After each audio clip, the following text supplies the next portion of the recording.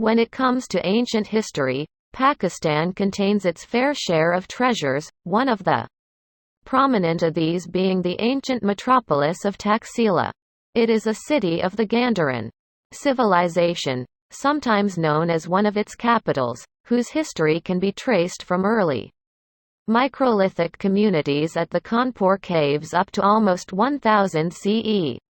Taxila was a hub of Buddhism, a center of learning, an urban metropolis and a meeting point of various cultures, namely the Achaemenids, Greeks, Mauryans, Scythians, Parthians, Kushans, Huns and eventually the Muslims.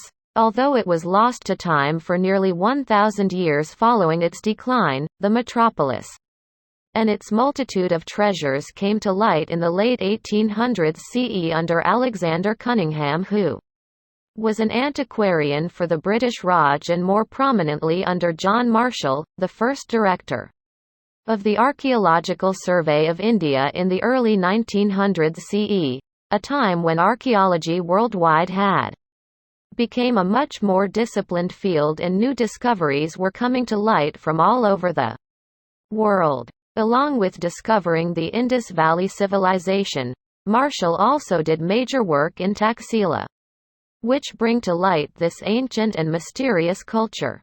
The Taxila archaeological site is located in the province of Punjab, Pakistan, about 30 kilometers north of the capital territory of Islamabad.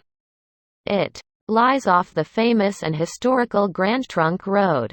The modern archaeological region of Taxila is composed of 18 sites of significant cultural value which were inducted as a whole into the UNESCO World Heritage umbrella in 1980 CE. The region is of particular interest when one looks at its ancient role as being a waypoint for the movement of caravans, and even today it still holds the same function as in the 6th century BCE. This continuing function of the site as a waypoint tells us about the urban pattern of ancient Taxila, being more or less unchanged since antiquity, and how that affects development and the spread of crafts, settlements and markets, as well as an institutional framework which develops as a result of the need to manage the surrounding population. Although the region fell out of favor with the increase in sea trade in later times, the preceding centuries of occupation meant that a massive amount of archaeological data still remains in the region, which has been slowly and gradually unearthed from the British era down to the present day. The beginnings of human occupation in the area can be traced back to the microlithic hunters of the period before 3500 BCE, most importantly at three important caves discovered in 1964 CE by Eldon Johnson of the University of Minnesota at Bamala, Mora Moradu and Kanpur. Particularly at the Kanpur cave, 2.9 meters, 9 feet 7 inches, of cultural deposit was found, dating from 900 CE all the way back to the Stone Age.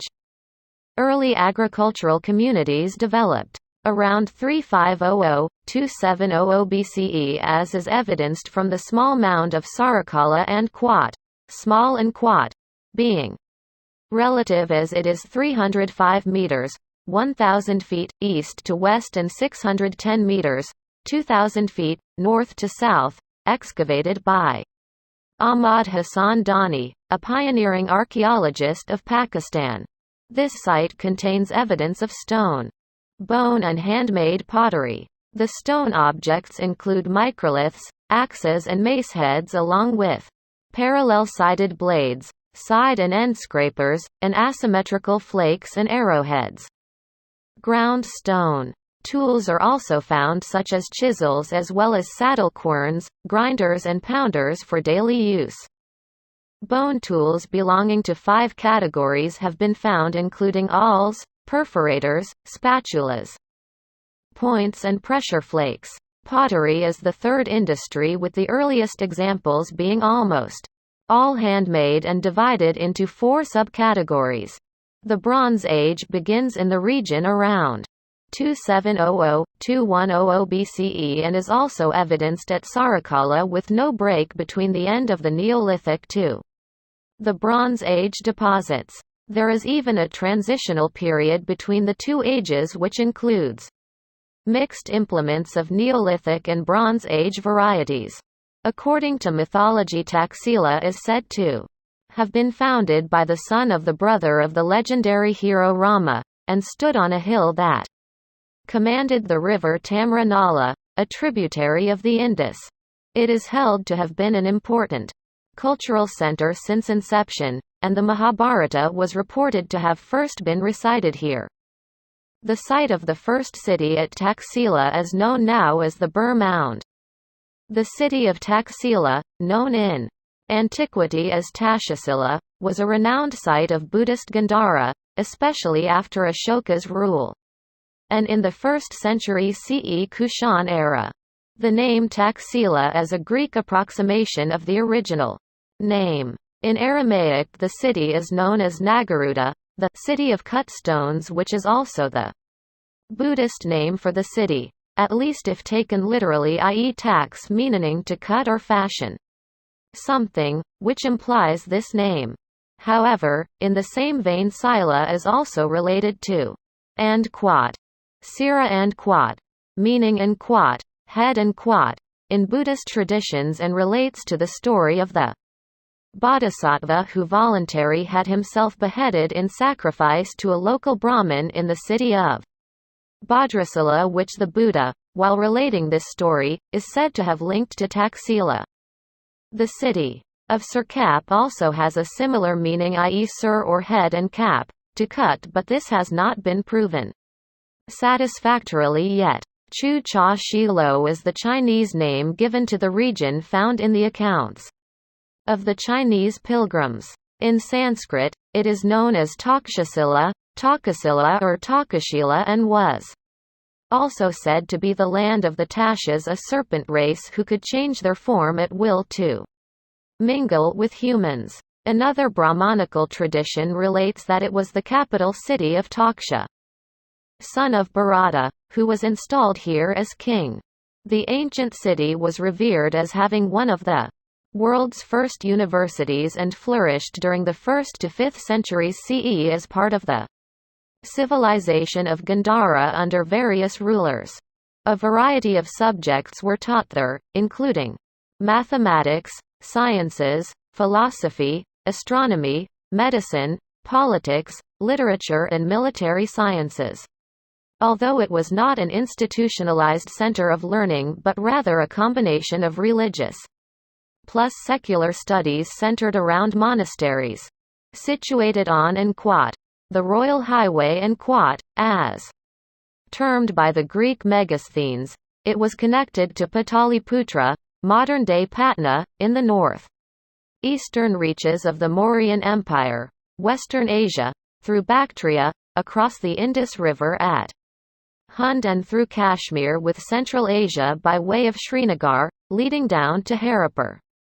This allowed a steady influx of people from all over the Asiatic regions into the area in the form of traders, settlers, merchants, preachers, and invaders. Taxila and the region of Gandhara witnessed the rule of several major powers of antiquity as listed here.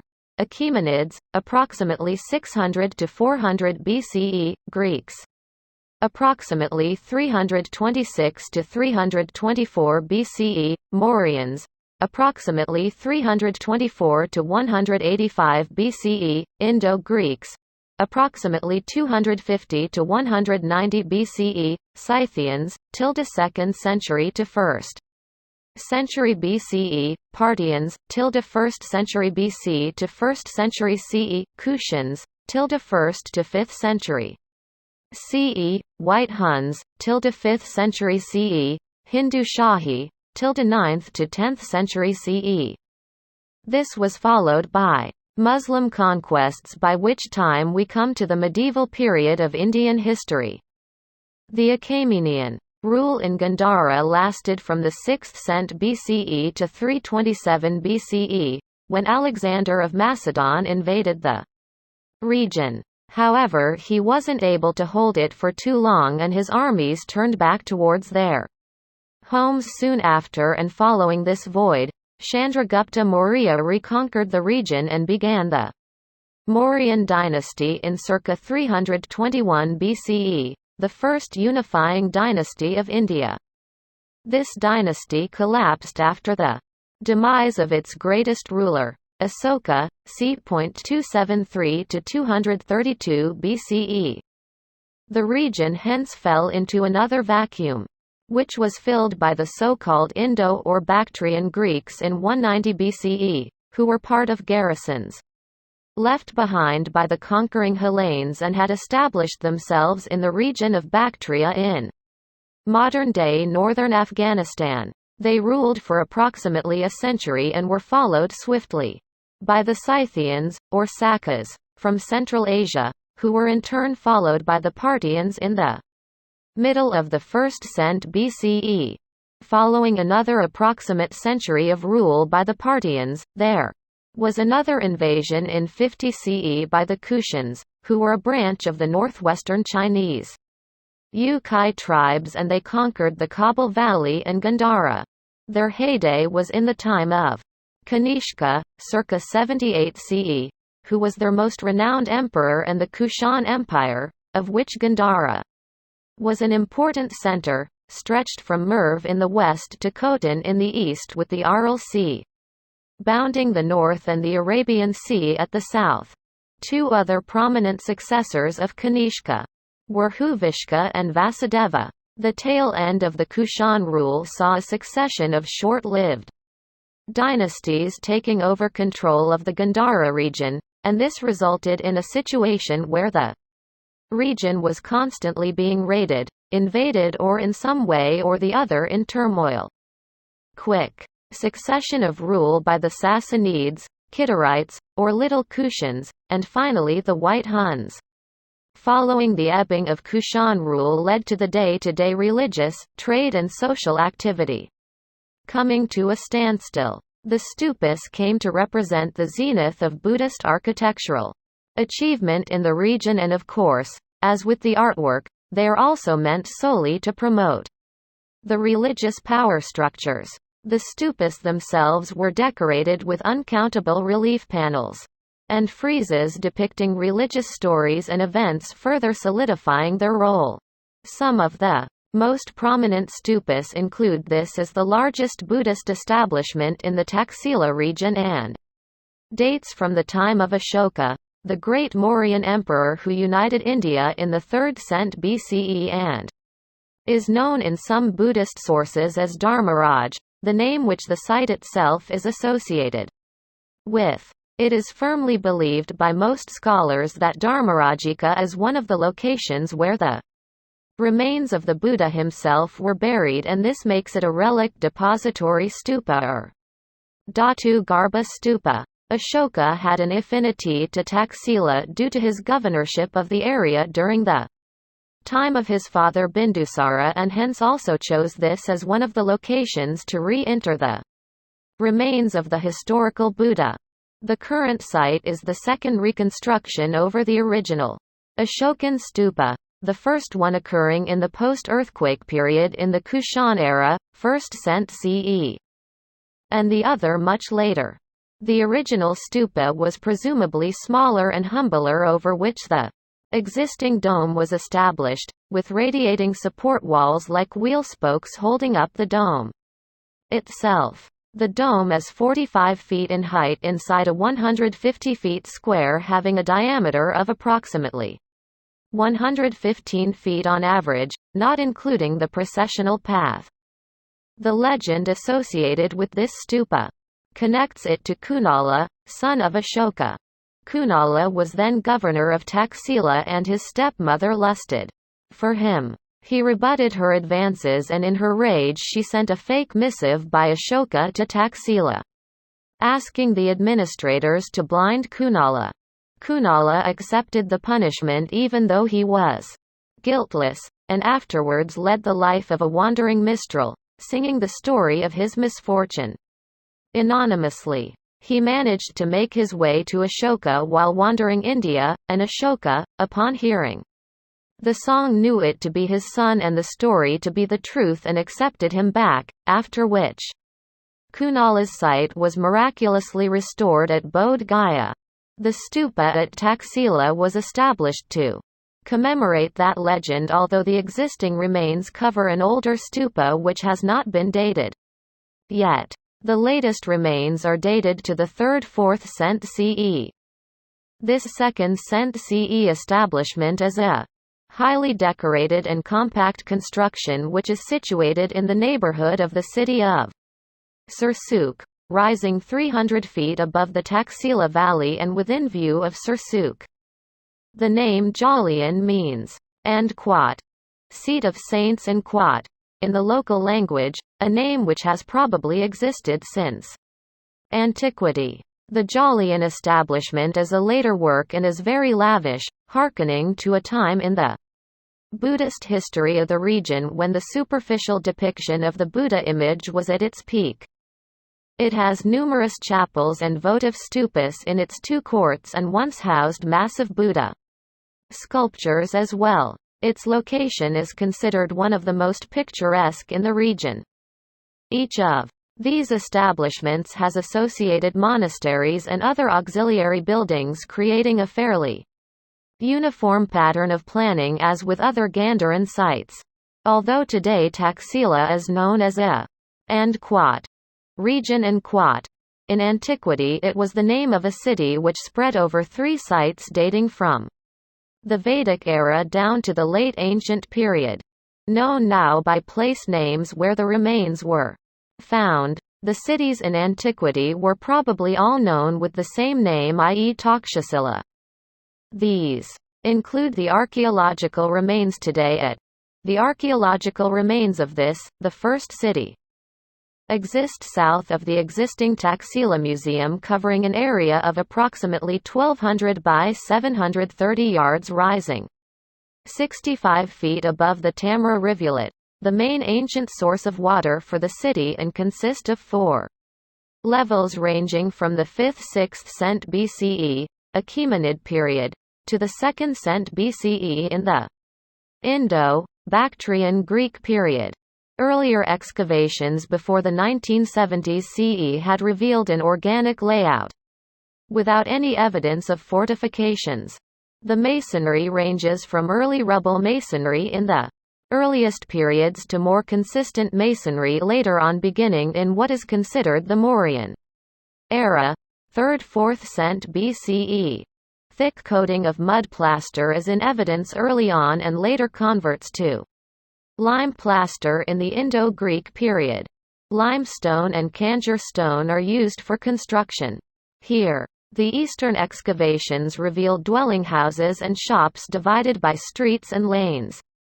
There is one mostly straight main street called First Street with other more meandering streets around it. The houses follow largely the same pattern of design and layout as rural houses of today do, with a large open courtyard bound by rooms.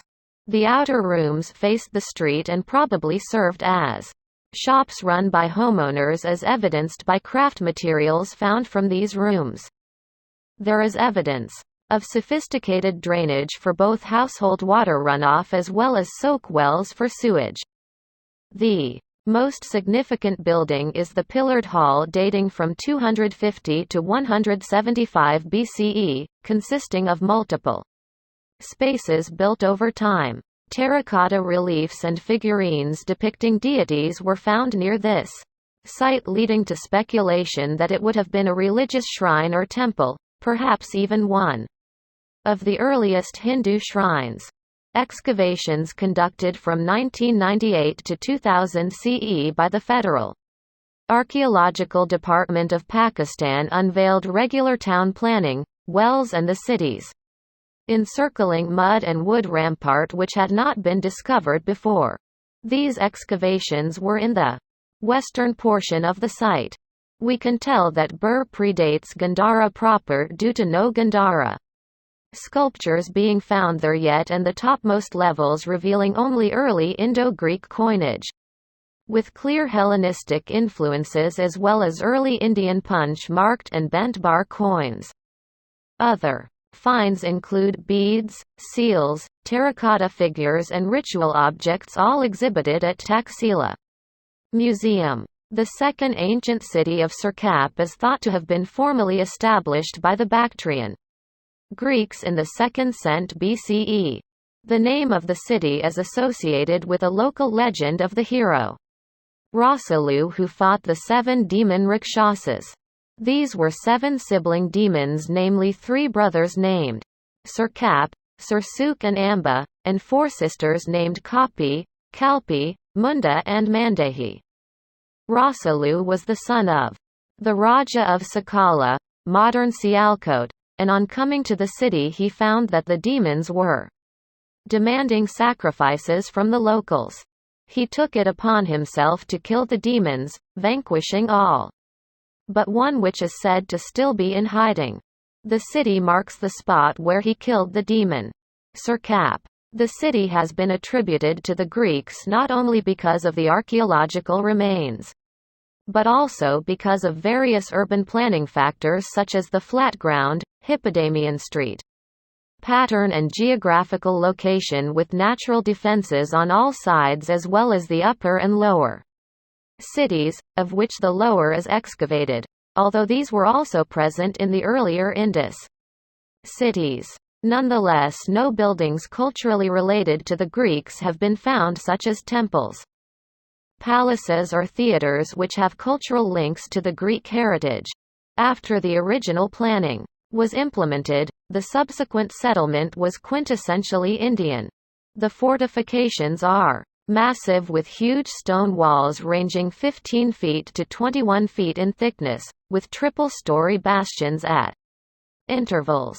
The fortifications run 6,000 yards or 3 miles around the city and traverse the hills to the south as well. 7 occupation levels have been identified, with the lowest one, 7th, belonging to pre-Greek era and representing an outlying settlement of Bur, and the earliest one, 1st, dating from the Scytho-Parthian era, a period of approximately 150 years, 90 BCE to 60 CE, which saw conquests by the Scythians and then the Parthians in quick succession.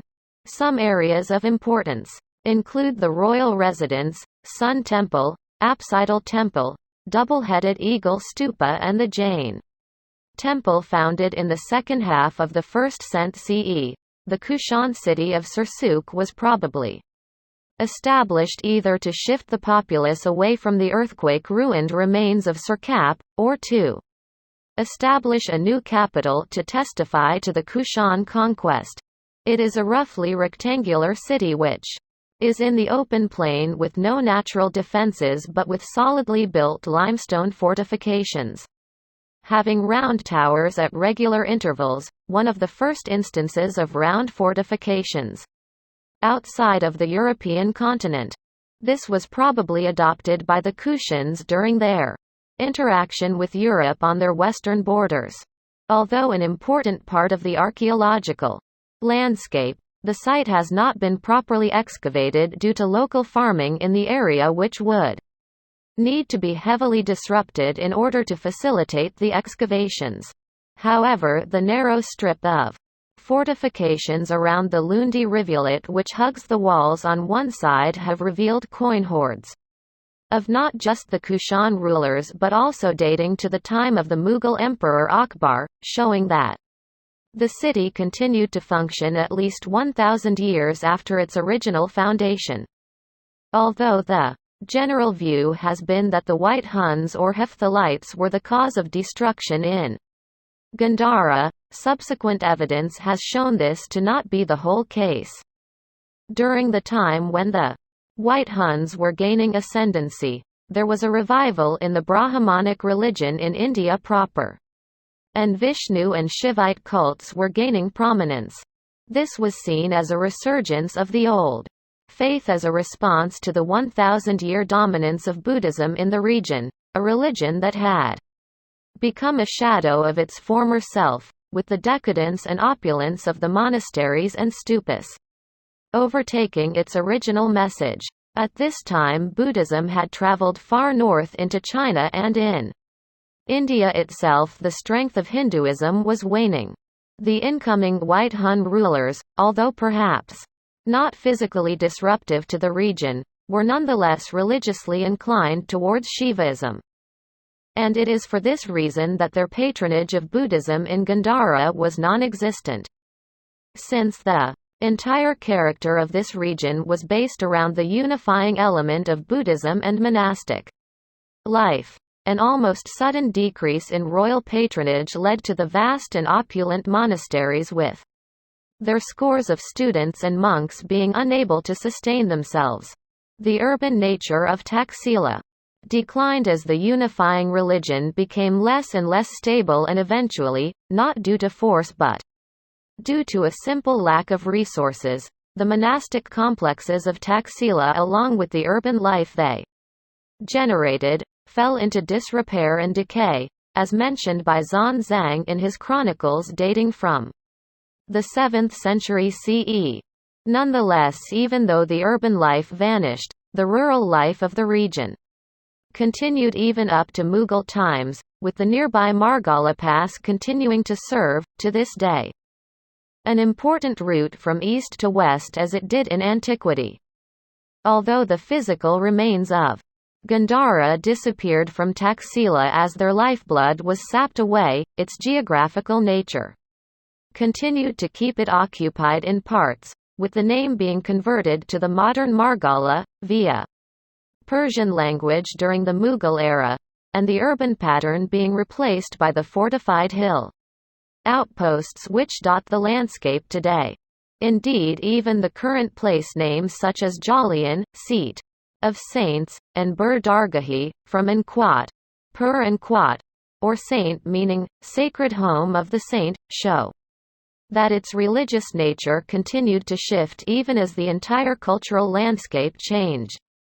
Indeed, even today there are shrines of Muslim saints in close proximity to, or in some cases, like Moradu, right within the older monastic establishments. This shows that while the outward signs of Taxila as a center of Gandhara civilization did indeed vanish, the soul of Taxila as a spiritual center lived on, adapting itself to a new paradigm.